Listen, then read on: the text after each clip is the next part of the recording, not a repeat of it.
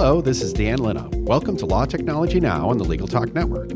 My guests today are Marc Lauritsen and Quinten Steenhuis. Marc is president of Capstone Practice Systems.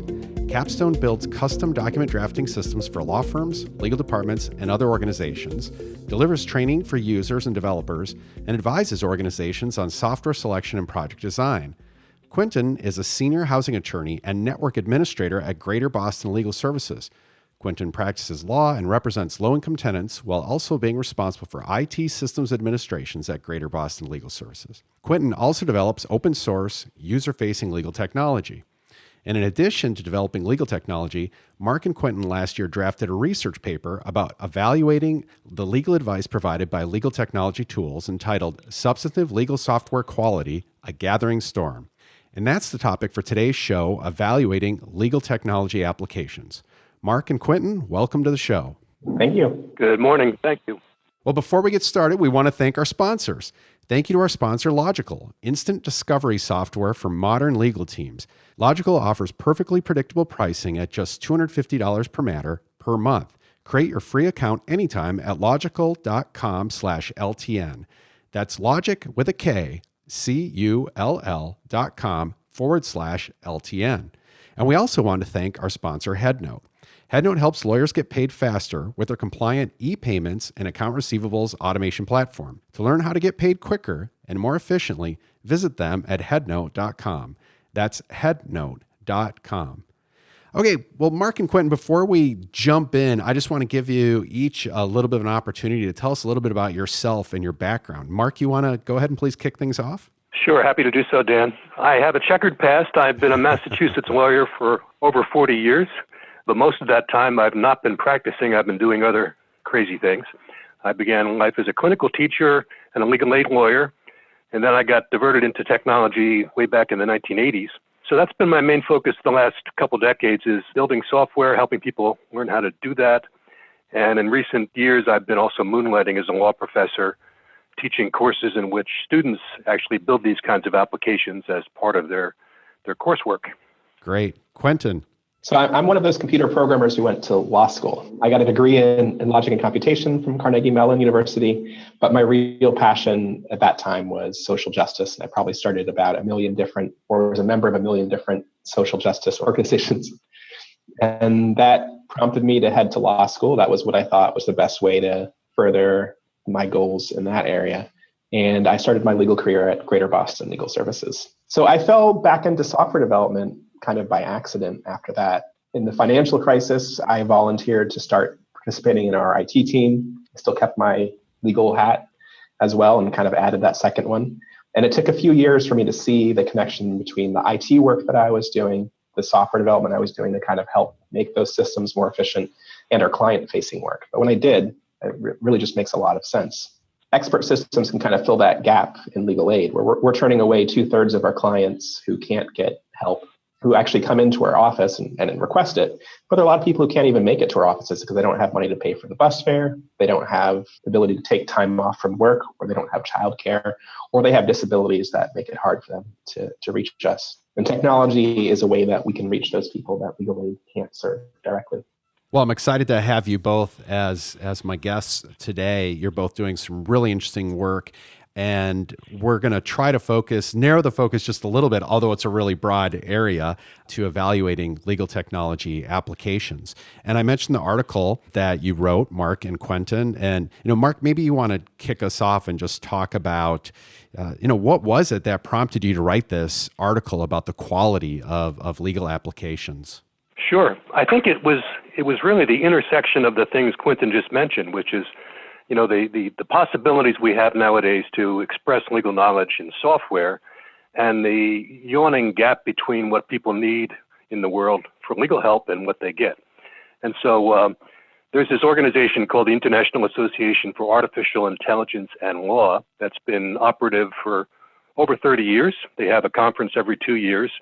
And it's really the main gathering place where folks who are into that field trade ideas and discuss their latest research. So it occurred to us that we should really inject this topic into that community. How can we assess and evaluate these kinds of tools that folks like us are inflicting on the world in terms of their quality, in terms of their substantive quality, their correctness. And it was meant as a way to, organize our thoughts, cover the landscape of what's happening in the world, and to try to enlist the community of AI and law researchers in this quest to improve the quality of that kind of software. So that was our effort. We were lucky enough to get the paper accepted, and Quinten presented it at the conference up in Montreal last summer. How did that go, Quinten? What about for you? Why did you think it was important to write this, and what was the reception when you presented this paper? It was a really good reception, I think. People were very interested in the topic. It's a group of a lot of computer science researchers who I think don't always get to see the application of their work. So they were really excited to see us talk about how we were using these apps to solve real world problems for people. People had a lot of interesting ideas. I mean, I've certainly learned a lot, and I was kind of fascinated to see how many big ideas that I hadn't run into as a practitioner were bubbling around in the computer science and AI community. I hope to have more synergy there and take more of it back into practice. Yeah. That's exciting to see more and more of this happening. Now, just to be clear too, what we're talking about in the article, you're talking mostly about the quality of rules-driven systems like document automation and expert systems. Quinten, do you want to kind of give us some examples of the software tools that you're talking about in this article and in this area? There are dozens of these tools that build these apps, and a lot of them are aimed at people like us who are lawyers who kind of have decided I want to automate some part of my own work. So they're unique in that a lot of them are built around kind of low-code expectations. HotDocs is a major player in this area and has been for a long time. Contract Express.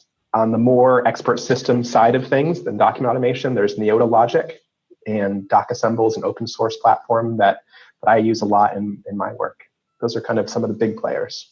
Okay. Well, Marc, I know that you're also doing work in the legal aid space with your class, but then also for law firms and legal departments. And, one of the things I'd like to see more in these discussions is sometimes we kind of silo legal aid projects versus law firm and legal department. I mean, to me, it seems like more and more of these questions are the same ones, right? And so if we have principles for quality and engineering these and creating these applications, can't we come up with some generalized principles, at least for starting point, that would really kind of apply across this whole space that we could be working together on? Yeah, I think so. And that's definitely part of my motivation because, like you say, I do sort of straddle the worlds of private practice, law firms and departments and their technologies and the kind of public-facing legal aid nonprofit world.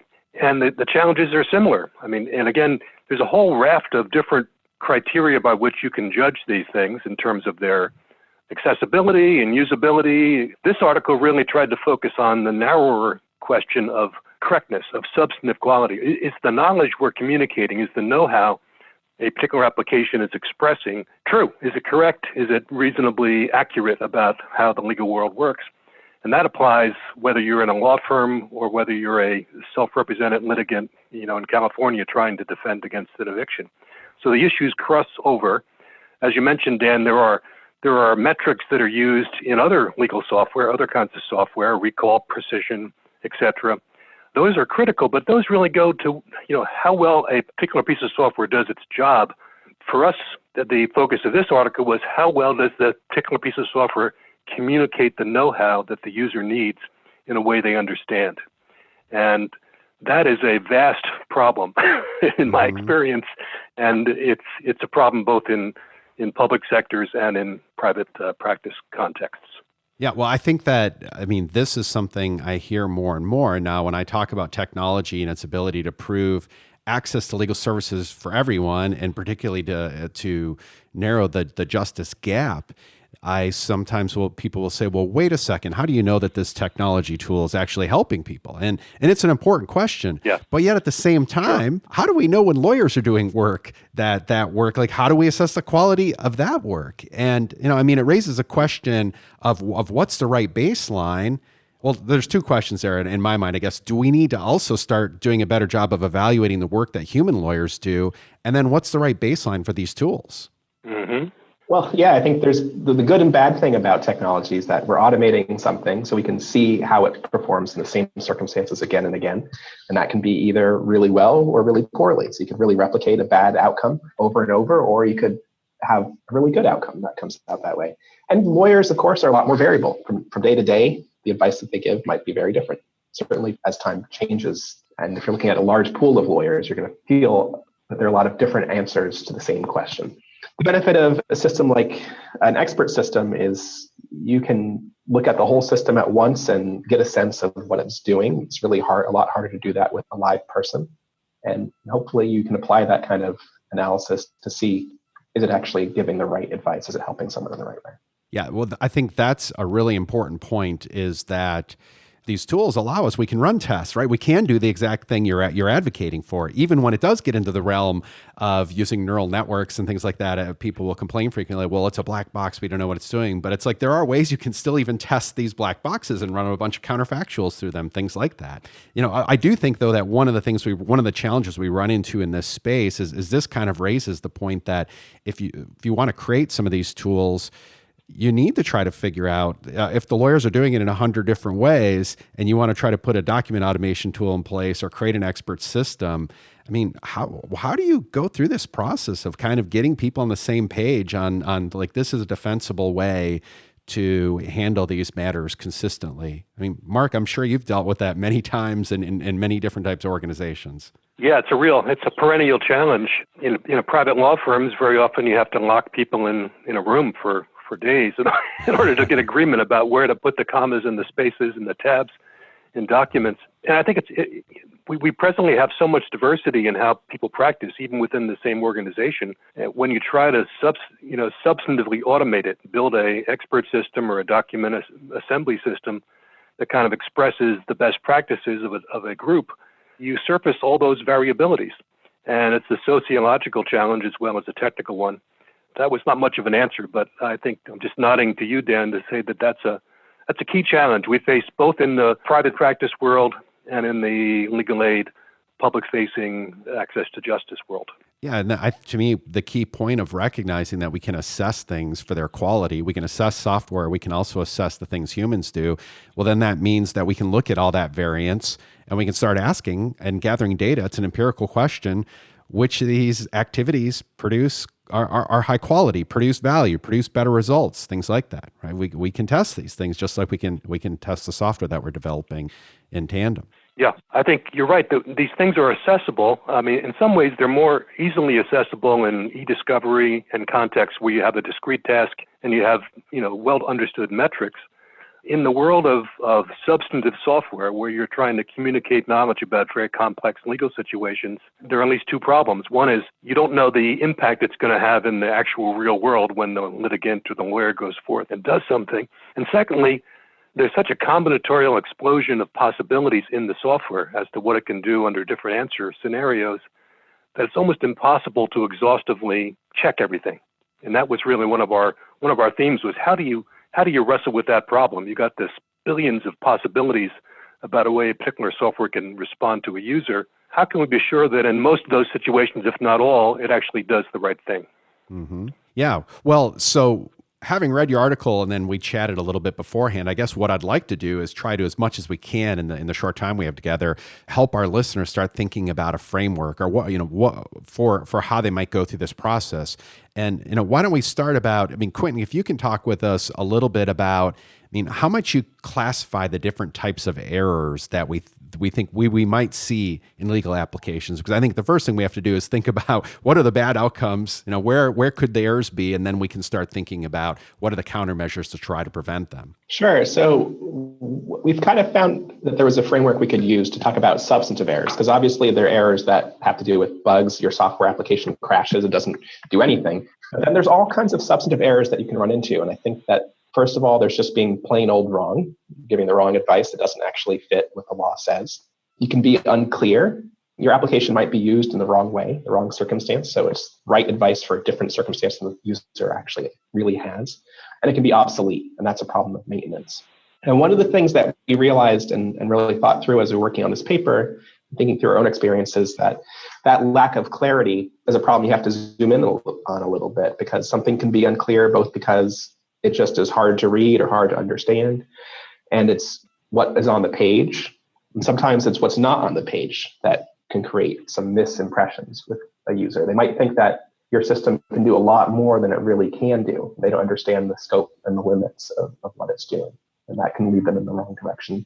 Yeah, I think it's useful to think, at least in terms of two main categories. One is the interface it's presenting to the user, what questions are being asked, what guidance is being given.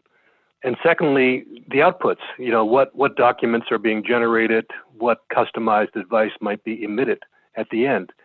And both of those can be problematic, right? It can fail to ask a question which it needs to know, or a human lawyer would need to know in order to give a good answer. Or it could ask a question that's irrelevant and convey this impression to the user. So it's got these kind of layers, the core of what is the quality of the content being communicated. And then secondarily, what is the likelihood of the user actually properly understanding that content so that it ends up in their head in a way that gets them to where they want to go. And I keep saying this, but it's a really numbingly complex problem that I think we only sort of touched on the outer limits of at the moment. And so we should just probably clarify again too that this narrow focus on substantive quality, you're not really talking about like the UX design, for example, although that could have some interplay, right? So just what a little bit more, maybe just briefly on that, about talking about that other kind of design that goes into putting these together and how that could affect substantive quality? Sure. So like the app that I spent the most time building at Greater Boston Legal Services covers about probably almost 300 questions. So I found a lot in the analytics that I've learned from looking at where people kind of stop and give up in the interview. Mm-hmm. I can see like which screen they ended on if they didn't finish it. I think that the order of questions, that's one part of UX, but what's the process that you're guiding someone through, where are you presenting questions and what time? That's something that makes a big difference on how successful someone is in using it. So I definitely would classify those kind of user experience questions as part of the substantive quality of the application. Yeah, the user experience aspects are critical for all kinds of reasons. Appropriately, we focus on design. How do we construct an interactive experience for a user that is pleasant and effective? But in some ways, this whole question of correctness is orthogonal to that. How do we, not only do that, which is hard enough, but make sure that what we're saying in the application, what we're implying by what we ask and how we ask it, also is correct. Sort of this double-headed challenge to do both, and neither are more important than the other, but they're both critical. Well, this is all really interesting, Marc and Quinten. What we're going to do is we're going to take a quick break to hear a message from our sponsors. And then when we come back, I want to talk a little bit about best practices for building high-quality software, a little bit about lawyer ethics as well. And then we'll kind of talk about how we need to be training lawyers for the 21st century. So let's hear a message from our sponsor. Hey, law firms. Getting paid is fantastic, but dealing with accounts receivable is such a pain. What if there was a better way? Enter HeadNote, an industry-leading compliant e-payments and AR automation system. Their unique blend of features cuts through the noise and helps you get paid 70% faster. Skip the paper checks, spreadsheets, and awkward calls due to overdue clients. Get paid faster with less effort. Visit headnote.com for more information. 10 years ago, e-discovery meant lawyers packed into a basement, fumbling with complex, slow software, wondering where their lives had gone wrong. Today, much of that frustration remains, but fortunately, there's Logical. Not e-discovery, but instant discovery. Logical's intuitive cloud-based software makes document search and review easy, fast, and affordable. It's time to get out of the basement. Create a free account instantly any time of day at logical.com/LTN. That's logic with a K. CULL.com/LTN. And we're back. Thank you for joining us. We're with Marc Lauritsen, president of Capstone Practice Systems, and Quinten Steenhuis, senior housing attorney and network administrator at Greater Boston Legal Services. So Quinten and Marc, we've been talking a little bit about your paper, about substantive legal applications, the substantive quality of legal applications. But before we go any further, Marc, why don't you tell us where our listeners could find that paper, just so we make sure we have that in the show? Well, you can find it in two places. One, you can find it in the proceedings of the International Conference of AI and Law. But if you don't want to buy that or get it, you can go to the capstonepractice.com website, and there's a section called PDFs. And I believe it's at the bottom of the list of PDFs you can download for free and read our timeless wisdom. All right, so let's jump in now and talk a little bit, Quinten and Marc, and we could devote a whole day, if not much more, to this. But I mean, what would you tell our audience? What are some of the things that you've learned? And as you're developing this body of literature, what do you think ought to be our best practices so that we can improve the quality of the legal applications that we're building? So I think one of the biggest areas of interest for me is this idea of translating law to code and back. So you have your expert that you're working with closely who might not, and you have a developer. Sometimes those are the same person, sometimes they're different people. And you have to have some systems in place to really be able to do that effectively. One approach that I think is interesting is to write out explicit decision tables. Those are kind of a first-class object in things like Neota logic. You can use them with docassemble as well. But even if you don't use those explicitly and they're not actually the logic engine of your software tool, if you've taken that process and you have like a kind of an algorithm for going back and forth, that's something that might be helpful. There are other techniques along those lines too, but thinking about that as the key issue, I think is really helpful. Like, how am I doing that translation process? Yeah, I would add, I think, as a kind of a key best practice is regarding these efforts, these projects to build these tools as genuine projects that need to be managed, and begin with the end in mind. Involve people who have had prior experience doing them, because as Quinten says, you often have this mixture of domain experts who don't know much about technology, and perhaps some technology experts who don't know much about the domain of law. And getting them in the same context, working together, is always a challenge.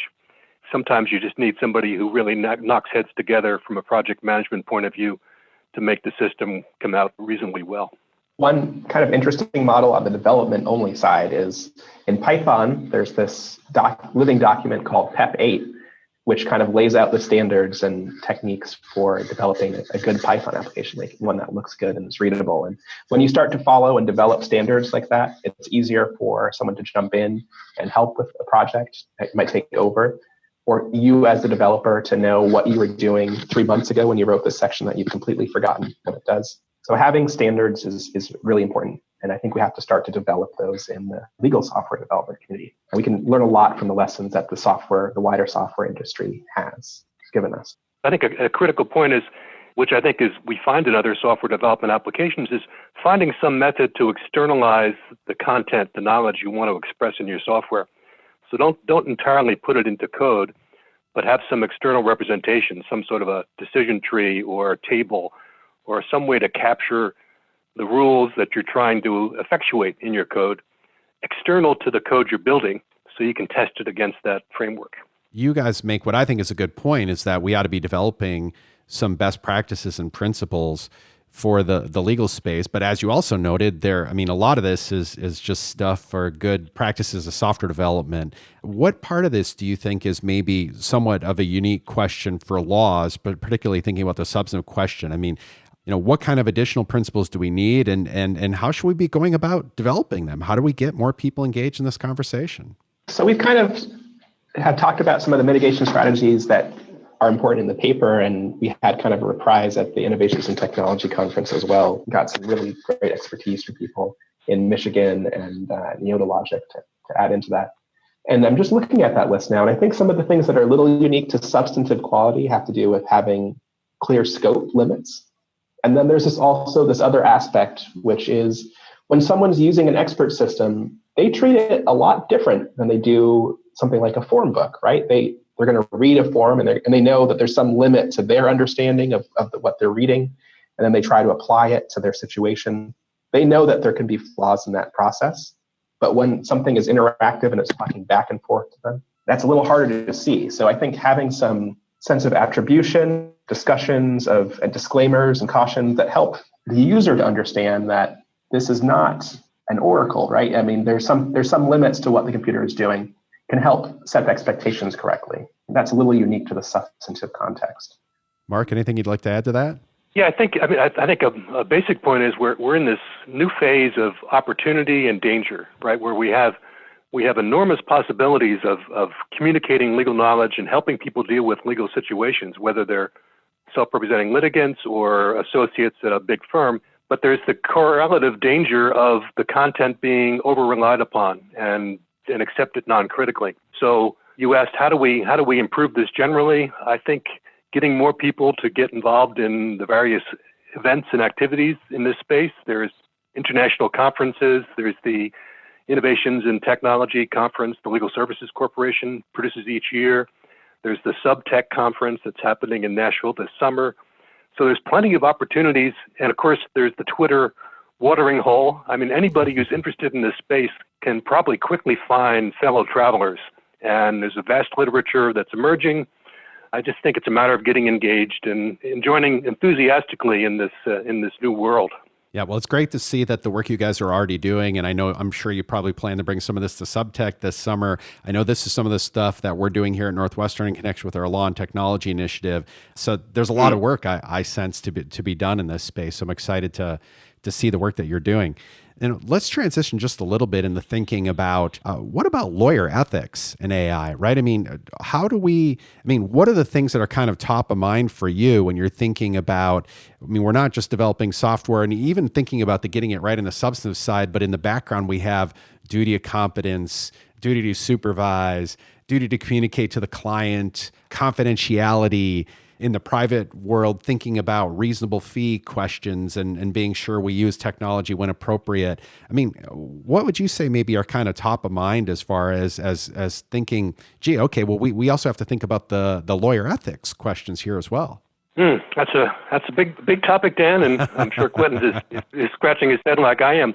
I mean, my first reaction is we need to be sensitive to the fact that some of this stuff happens in the context of practice, where a lawyer is engaged professionally representing clients, and the whole panoply of ethical expectations apply, right? Confidentiality, zealousness, etc. And I think in that world, there's no question but that an effective lawyer in the modern economy needs to understand the possibilities and the dangers of technology. And unless they do, they run the risk of practicing in a malpracticing way. But there's also this side world where lawyers may be involved like us in building applications that are not meant to be part of a practice of law. They're explicitly meant as a non-law practice service delivery mode. And that's a challenging world of its own. Some bar associations would claim it's unauthorized practice. Some First Amendment absolutists like me would say, no, this is a freedom of expression thing. And there, the rules are not so much what are the ethical constraints, but what's really morally proper. What's good for the world for us to do to help people get legal needs solved, where there's not necessarily confidentiality or the usual structure of a professional relationship. And I agree with everything that Marc just said, and I think that the other side that you maybe were hinting at, Dan, is should lawyers be using these tools, and if lawyers that aren't using them, are they doing an ethical disservice to their clients by not gaining the efficiencies that can come from technology?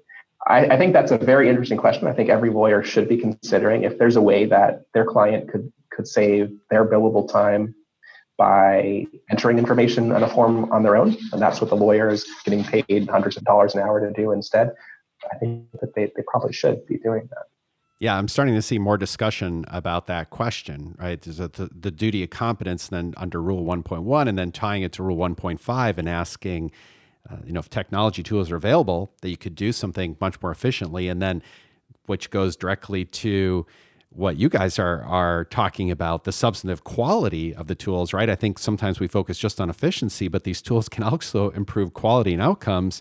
Then, would it be unreasonable to do it in the manual way and charge your client for that? Exactly. I mean, I've had many experiences where I'll go into a law firm that's been practicing in a certain area for a long time, developing municipal finance documentation, for instance, and they'll hand us a collection of documents they've historically generated, saying, hey, use these as examples, and we'll find errors, we'll find problems where the wrong declaration is attached or the wrong, municipality is named in a form. And so in those situations, substantive software can often reduce the errors and highly improve quality. So I think that's where you get into this question of it's not really a matter of so much only of efficiency, but of quality assurance. And deployed properly, these tools can improve quality assurance, but they can also introduce errors that maybe get ignored. Can you talk just briefly about kind of like best practices? I'm thinking even like in a classroom setting, but anyone developing them, like how might you describe the quality assurance and the testing process? What would be like maybe just some examples of the kind of things you think you're kind of done building the product? Now, ideally, you've had users engaged the whole time, but what sort of quality assurance or testing might you suggest that a developer would go through to ensure that we have high quality from the substantive side? So I think that the more you can kind of isolate these legal rules and test them against facts, that's something you can automate if you've done it correctly. So if you build like a rule in Python or in any platform, and you can just run different scenarios at it and see, does it give the output that it's supposed to? That's one strategy. And that could be something that you're automating on the command line. It can be automation of a web browser. There's lots of tools that do that. And almost all of the platforms I mentioned do work on the web. There's really no excuse to not do that kind of automated testing. At the same time, that's not going to capture everything. It's only going to capture the things that you've thought of. So you have to do manual walkthroughs of your application, take different paths. And then you have to recognize the limits of that. Even when you've thrown hundreds of testers at your application, they're not going to find all of the bugs. So you have to make sure there's a feedback loop at the end where your users can come back to you and tell you, this isn't working right. And then you have a mechanism to fix that. Yeah, I think the idea is to comprehensively test throughout the process. And as a rule of thumb, allocate at least as much time for testing as for development, if not more. and just be humble enough to recognize you're never going to find all the errors. So just this ethos of testing, confirmation throughout the development process. And once the system is ready to be tested externally, throw as much at it as you possibly can. Try to imagine the most creative users out there who can do all kinds of unexpected things, and constantly monitor and be ready to remediate when you discover problems you just hadn't noticed. All right, so those are all some really good tips on kind of how to keep your users engaged and keep testing through the process, getting feedback, having avenues for users to give feedback when they encounter problems. So given everything that we're talking about, what should we be thinking about? We see the increasing use of technology to deliver legal services. How should we be training law students? And there's kind of this debate, should lawyers code, not code, things like that. I mean, I think you guys give an example of where lawyers can really be integrated in this process of developing these tools. But I mean, what are maybe even some of the other things that, I mean, coding is that's overly simplistic even just to talk about that. How should we be training law students today for the future? I think to start with, there's no question but law schools need to expose their students to these developing situations of technology doing legal work. Whether or not you were involved in learning how to build them, you should know that they exist and that you're going to be exposed to them as an emerging practitioner.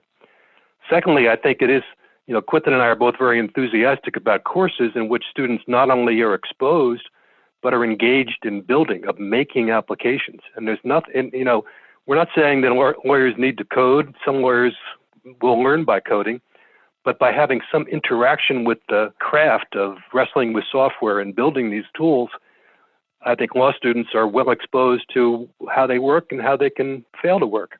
So those two dimensions, exposure to the software that's happening and some opportunity to be engaged in the process of building and fixing these things, to me seem to be absolutely central to current legal education. The only thing I would add is that writing a brief is actually not that different from writing an application, except that you need a much higher level of rigor. So I think that coding can be a way to help law students learn the law in a way that's really deep and rigorous, that really gives them the full picture. You need to understand all the different scenarios in a way that you don't necessarily when you're writing just one legal brief on one topic. Well, we're coming nearly to the end of our time, but we've had such a broad-ranging discussion. I did want to give each of you kind of a chance just to give some closing thoughts about the importance of thinking about means of improving the substantive quality of legal applications, and just any kind of advice you want to give to our listeners about thinking about how they can contribute to this and either this movement generally or how they can build better software themselves. And Quinten, you want to start off? I would just encourage people to give this a try. It's actually a really fun process. That's part of why we're doing this. And I think we're bringing in this idea of making sure that you do it right. But if you haven't even started trying to build an app, I encourage you to do that. Great.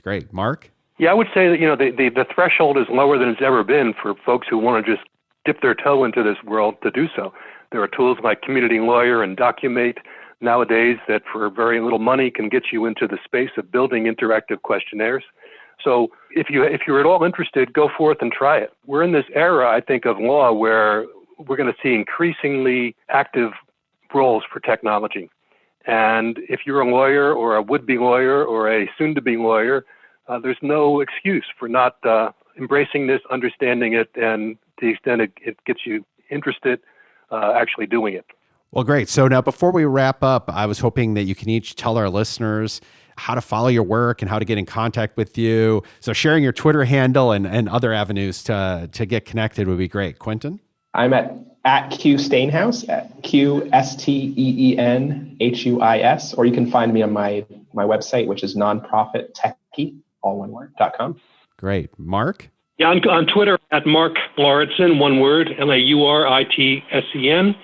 And you can also reach me at Marc, M-A-R-C, at capstonepractice.com.